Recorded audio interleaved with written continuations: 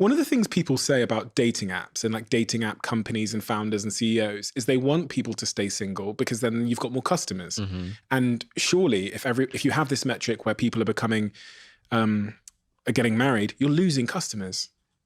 Yeah. So our belief on that, which has always been, we like our motto, our tagline is designed to be deleted. And that came from, by the way, we were working with a branding agency and they were like, what's Hinge's shtick? Like what makes you different? Like you're Tinder, but what? And I was like, there's no gimmick. Like there's no like, oh, we're Tinder, but like X, or Tinder, but Y. Like every single part of the app is like designed to be different and like designed to help get people out on great dates. And that's kind of where this like designed to be deleted, which by the way was like, there's so much debate internally about that because it sounds so technical, like design, like in your own tagline, like designed to be like that, and people won't understand it. But we kind of went with it because it's the only thing that really represented what makes Hinge really different. And what does that mean? And it means that, do we get people out on great dates or not? And that's what's driven every design decision, and why Hinge looks different than all the other apps is like that optimization function. And so in terms of a business model, the belief is that like we will grow through word of mouth, which is the most effective and efficient and cost-effective way to grow if we just create more great dates and more relationships. And the thesis is like, as long as there are single people in the world, which I'm pretty sure there are plenty of single people left in the world, that they'll want to use Hinge, which feels more like a utility that's truly effective versus like perhaps something that feels like a little bit more like a game. Since the company started, have you seen any changes in the dating environment, the dating landscape, dating culture? Yeah. Gen Z, for lack of a better term, has different dating patterns. I think in some sense, like when I started Hinge, there was a lot of stigma around dating apps because people just didn't use them at all. Then I feel like everyone started to use them and it became sort of the default way to meet people. And I think this is why we've actually like Hinge's growth has accelerated so much even recently, is that there actually is a desire to move away from the sort of like quick hit, superficial swipe. Yeah. And moving to something that's, people are willing to share more about themselves and be more like, I think like Gen Z is generally willing to like, it's like the TikTok instead of the Instagram kind of feel of being vulnerable, putting yourself out there. You don't have to look so polished and so perfect. And that's actually great for dating, because that's exactly the kind of ethos that we actually need for people to be successful. And Hinge, as I was reading, has got these sort of 5 first principles. What is the current company mission statement? Well, so we want to foster intimate connection to create a less lonely world. And a lot of social, we'll call them like social networks, they started as social networks, were also, I think, had a similar mission. Like you wanted to get you connected to the people who matter most to you. And they've all kind of like they all became social media companies instead, because it turns out that like brands and influencers and outrageous people are just more interesting than your friends. And it's easier to get you to spend more time in app and more time looking at ads if we like show you much more sensational content than like, real, like creating real moments of connection with the people who matter most to you. And that's what I wanted to drive home like really clearly in our mission, is that like Hinge at its core, even if we were expanded in new business lines or do something in the future, like we are a company about intimate connection, about one-to-one deep connections between people. And we don't ever want to deviate from that as our core, because it's really what the world needs right now.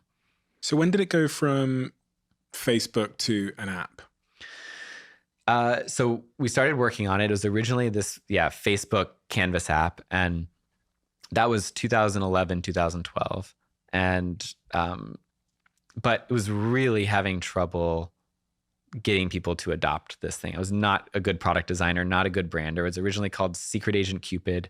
It would introduce you to friends of friends, but it was really a complex user interface. You would like answer questions about your friends. There were like little rankings. Like it was try to be really social and like show you which of your friends are most in demand. It had like all these different components to it. It was like way overcomplicated. People would come in and they like wouldn't understand like why am I answering questions about my friends? Like what's this? I'm here to date. Around the end of 2012, I'd raised a little bit of money from just like angels and friends and family, like $100,000 or so. We're running out of money, not making a lot of progress. I made the call around Thanksgiving. I got together with my team and I was like, we just need to start over from scratch. Let's throw this whole thing out. Mobile is the future. That's more things are starting to come out on the App Store around this time. So let's redesign it for mobile and let's make it just like dead simple. You connect your Facebook account. We'll show you a photo, their age, like 1 or 2 lines about them. And then you just say yes or no. Are you interested in this person? We had literally like 2.5 months left of cash to like tear everything down, rebuild it from scratch, and then take our remaining money and throw a giant launch party in Washington, D.C. With your remaining money? Yeah, that's it. Literally took our last $25,000 and threw a giant open bar party in D.C. And you had to download the app to get in. We had submitted our app to the App Store with what we thought was like plenty of time, about 2 weeks. And App Store review times were typically like just a couple days at that point. And then a few days go by, we don't hear anything back. A week goes by, we still haven't heard anything back. I start trying to reach out to like the head of the App Store, but they don't care. I'm like some random kid like with an app idea. No one will return my calls. It is now the night before the launch party and we still we don't actually have an app to launch. So I like literally have like my last $25,000 spent on this launch party with no app. I remember being literally like sitting, we had a little co-working space. And that night I was just like sitting on the floor, like covered up my head in my jacket and just crying on the floor, thinking like, wow, these last 2 years have been for like nothing. I've worked so hard and I'm going to launch an app tomorrow. There's no app store. Like there's 2,000 people are coming and there's no app. And then I went home that night and woke up the next morning and somehow miraculously the app had been approved in the App Store. And so we had that party that night. 2,500 people came. They all saw each other using the app. The next day, we made more matches than we'd made in the entire history of the app up until that point. And they had to download it to get in. They had to download it to get in. And that helped overcome. I think you had to like jumpstart the stigma because we had a lot of like the cool people in the social scene in Washington, D.C. coming and all downloading it in front of each other and talking about it. And so the fact that it was like really, really dead simple and the fact that everyone saw each other using it, I think like started to like jumpstart and get over that stigma problem. And then we had like 400 people log in the next day and we're like, okay, wow, if 400 people on their own came in. I mean, up until that point, it was such a, like literally a trickle of users coming into our like little app. Like I remember I would like sit there and like look at the logs and people like a user would come in and I'd be like, oh, okay, like there's a user using the app. And then we're like, okay, he just clicked this button and like, then he like passed and then he would leave and I'd be like, oh, okay, wait for the next user to come in, like sitting, just like watching the logs. So hundreds of people coming the next day, a few hundred more the next day. And then it just started to like build and build and build after that. Was it like a snowball effect? Yeah, it really was. Really? And once we'd hit it with the product, it started to spread through word of mouth. Then people in DC started to tell their friends in New York, and then we started to build up a wait list there. And then people in New York told their friends in San Francisco, and they would like build the wait list up there. And then we would start opening cities one at a time once we felt like we had enough liquidity. And how would you open those cities? Was it the same? We'd throw another launch party. Like literally my life was just like throwing launch parties in cities. Like we would, from Boston and San Francisco and New York and LA, we were just like. I remember 2012 well, and that was kind of the golden age of apps in a way. I remember because we worked quite a lot on apps back then, and there wasn't many apps. The App Store felt like it was growing very quickly. People were discovering lots of new apps all the time. I feel like people are discovering less apps at the moment. I don't know if that's true or not, but it just felt like that was kind of the app boom moment. So things like a launch party, I can see how those things would work then, but I question whether people listening to this right now that have got an app and they've got $25,000 a launch party and like that's what's going to solve their problems. Probably not. Yeah. So interesting. And then Tinder around that time starts to emerge a bit further on, right? Yeah, right about that Oh, time. So okay. right around the time we threw that launch party, I think Tinder had launched just a couple months prior Wow. out in LA. So almost the exact same time. We had a very similar model. They took off hugely, and we started to grow as well. In fact, their growth helped our growth because like the category was emerging, and now people were like seeing Tinder, and Tinder was an app that was all about location, and ours was all about friends of friends, and that was really the main difference.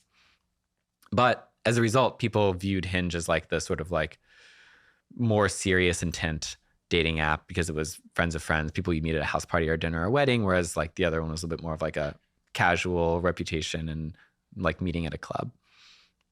And as a result, all of a sudden, the VCs who were telling me there's no way, this market's totally saturated. Now I was no longer begging for money. I was like turning away. There people were trying to send like trying to raise around at that point. We went from like, begging for scraps to like raising almost a $20 million round where I was turning away money because I just couldn't take anymore. So it really, that changed the game. And was it a straight line up from there? No, definitely not. So we had some good success in 2013, 2014. 2015, growth started to level out. Tinder had definitely gotten successful, beat us at the game of like overcoming stigma. Like that it was cool to use. It was quick, it was easy, it was fun. Ours was just like a Tinder copy that was friends of friends, but we were like, the growth just like wasn't there. And more importantly though, around that time, there was an article that came out in Vanity Fair called like The Dawn of the Dating Apocalypse. And it was all about how dating apps had destroyed dating culture and romance. And Hinge was featured like pretty heavily in that article. And I was remember just thinking like, gosh, this is not what I built this because I like wanted a girlfriend. Like this is not what I wanted to build from a values perspective. I remember going out with my head of marketing at that time. Her name was Katie, and I was about to head home for Thanksgiving, and we sat at a little cafe in New York, and I just was telling her like, gosh, I wish I could just start over from scratch. Like this is not the company I want to build. This is not what I want to do. And she's like, well, I mean, you're the CEO. Like, what's stopping you?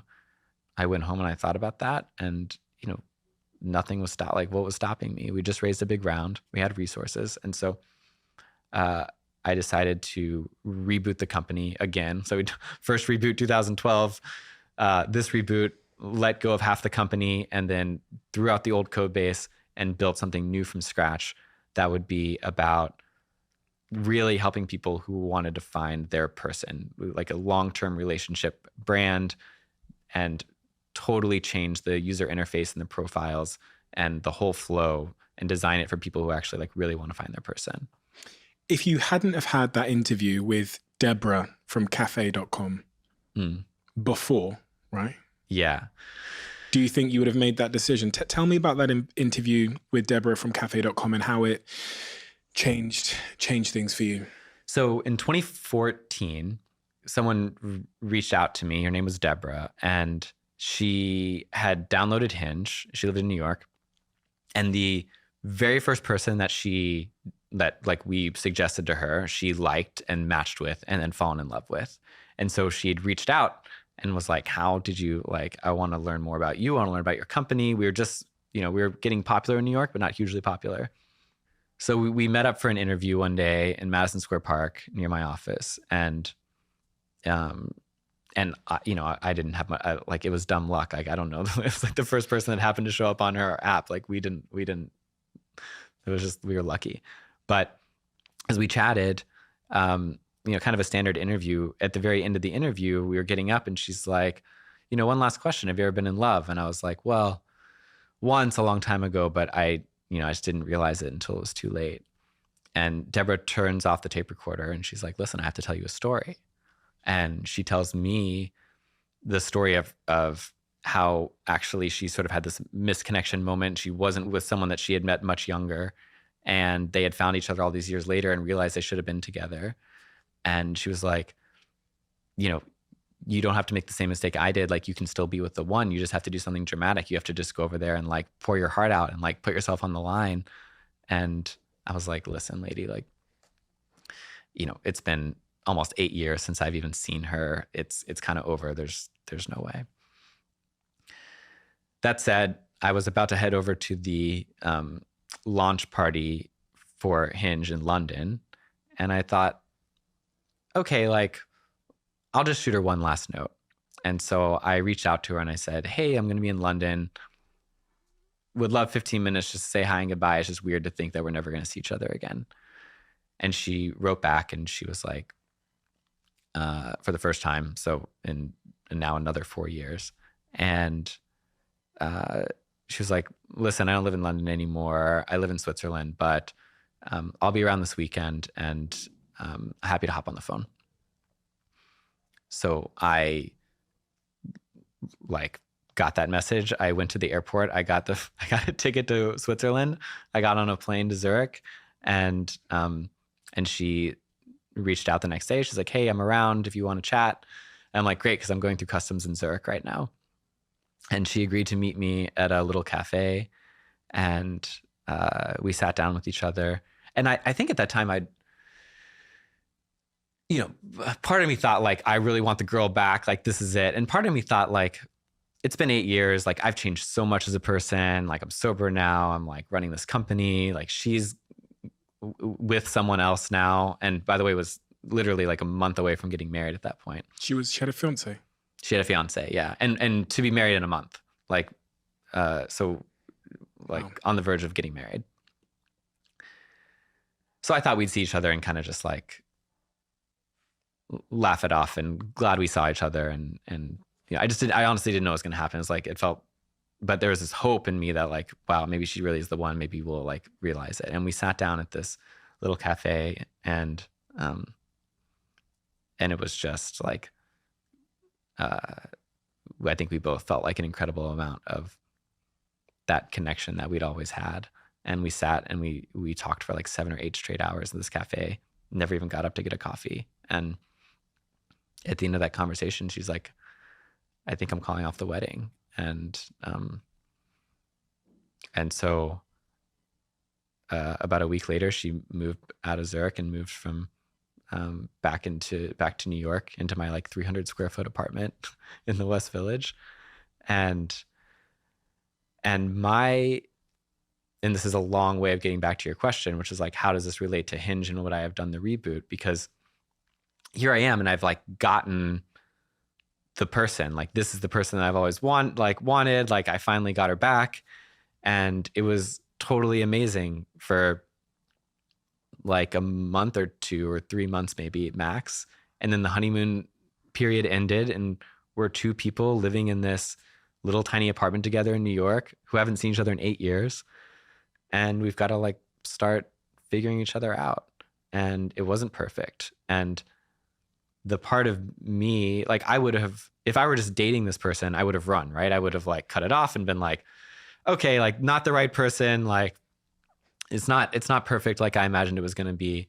But she'd called off this life. She like, she'd left her person. She'd left her whole existence over there. So I couldn't just like break up with her.